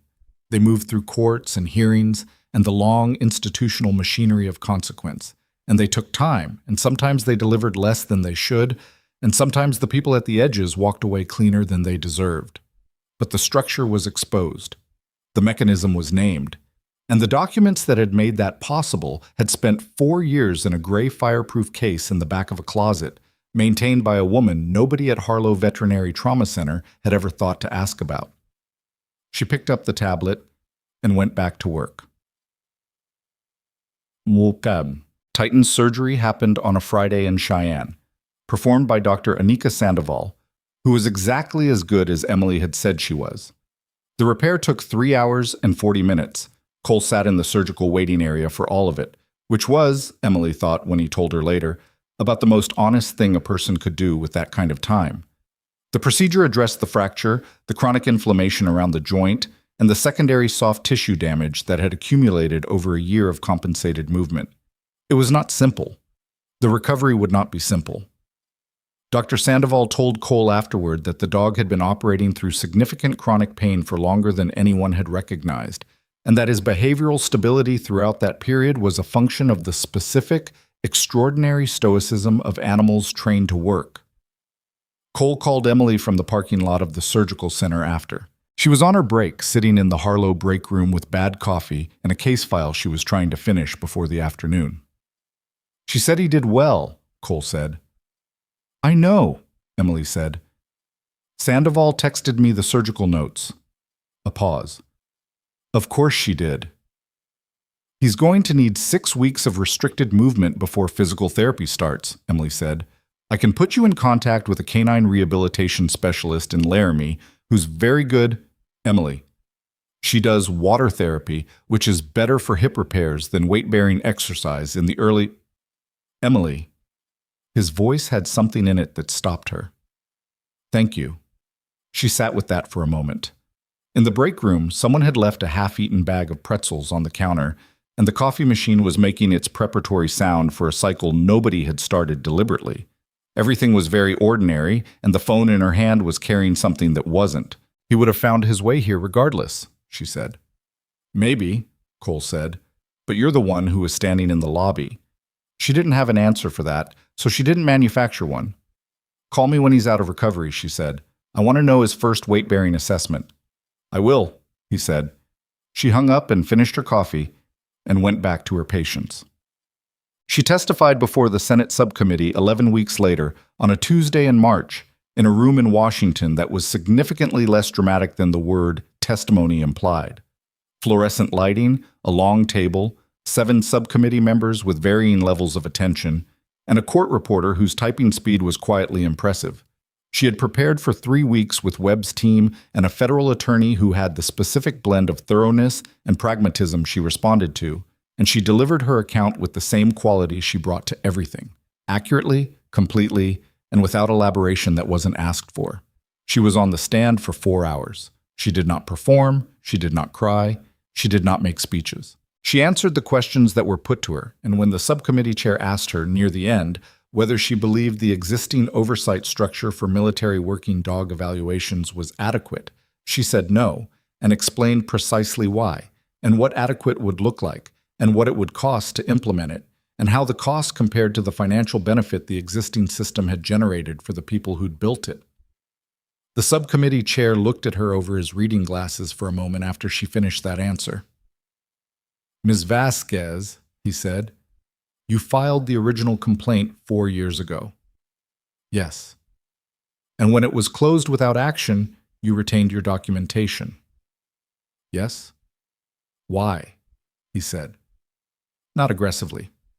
The same quality as Cole's question in the diner, actually asking. Emily thought about Titan walking through Harlow's lobby. She thought about the registration number on the clearance certificate for a 4-year-old Belgian Shepherd who hadn't made it. She thought about the gray document case in the back of the closet, carried through 3 apartments, never opened in front of anyone. Because I was right, she said, and I thought eventually that would matter to someone. The room was quiet for a moment. It matters, the chair said. Gerald Spann was convicted on 9 of 12 counts, 8 months after his arrest. The sentencing included prison time, the permanent revocation of his veterinary license, and a financial penalty that consumed the bulk of the contractor revenue that had made the scheme worth building in the first place. Lawrence Voss was convicted on 14 of 19 counts. The obstruction charges were the ones that held cleanest, given what had been documented in the records office on Wheeler Avenue, and received a sentence that removed him from any position of federal authority permanently and without exception.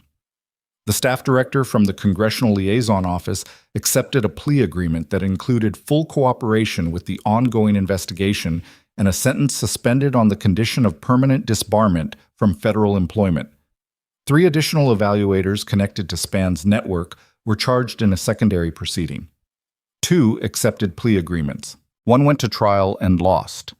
New oversight protocols for military working dog retirement evaluations were announced by the Department of Defense 7 months after Emily's testimony.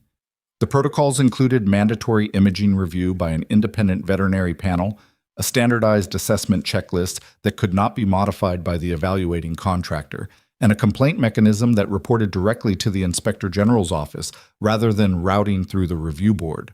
The protocols were not named after anyone. They were simply new rules implemented without ceremony that would mean something real to the animals they applied to. Emily read about them on a Thursday morning at the Harlow nursing station between cases, on her phone, while Priya was restocking the supply cabinet behind her, and the cattle dog in Bay 3 was making his opinion about post-surgical movement restrictions loudly known. She read the announcement twice, put her phone in her pocket, and went to see about the cattle dog. She was not recognized publicly. She did not want to be. The investigation generated media coverage. Webb's office made statements. The subcommittee hearing was covered in the veterinary and military press, and her name appeared in those accounts. But she was not the story anyone chose to center, which suited her. She was a nurse at a mid-sized veterinary trauma clinic in Creston Falls, Wyoming. She had work to do. Titan came back to Harlow for his final post-surgical assessment on a Wednesday in April, 6 months after he'd come through the lobby doors the first time. He walked in on his own. No stumbling, no compensation in the rear left, no subtle redistribution of weight that only someone watching the feet would catch. He moved like a dog who had recently remembered what moving without pain felt like and was still mildly astonished by it. Cole came with him. He looked less worn than he had in October. Not rested exactly, but less like someone carrying a weight that had been on him long enough to change his posture. He'd spent the winter in Laramie, working with the rehabilitation specialist Emily had recommended, doing the patient, incremental work of getting Titan back to himself. Emily ran the assessment herself. Weight bearing, range of motion, gait analysis across a marked floor grid, the specific careful palpation of the repaired joint that she'd done enough times now to read with her hands as much as her eyes. Titan submitted to all of it with the cooperative dignity she'd come to expect from him, and then sat beside her when she finished and leaned against her leg the same way he had the first day, as though that was simply where he'd decided to be. Clean, she said, full weight bearing, no compensation, inflammation markers are normal. He's done. Cole exhaled. Just once, short and controlled, the relief of a person who had been waiting for that word for a long time. Good, he said. Emily scratched Titan behind the ear. He accepted this as his due. He's going to be fine, she said, however you decide to use the time you have with him. Cole looked at his dog for a moment, then at Emily. I'm staying in Wyoming, he said. There's a canine training program out of Casper.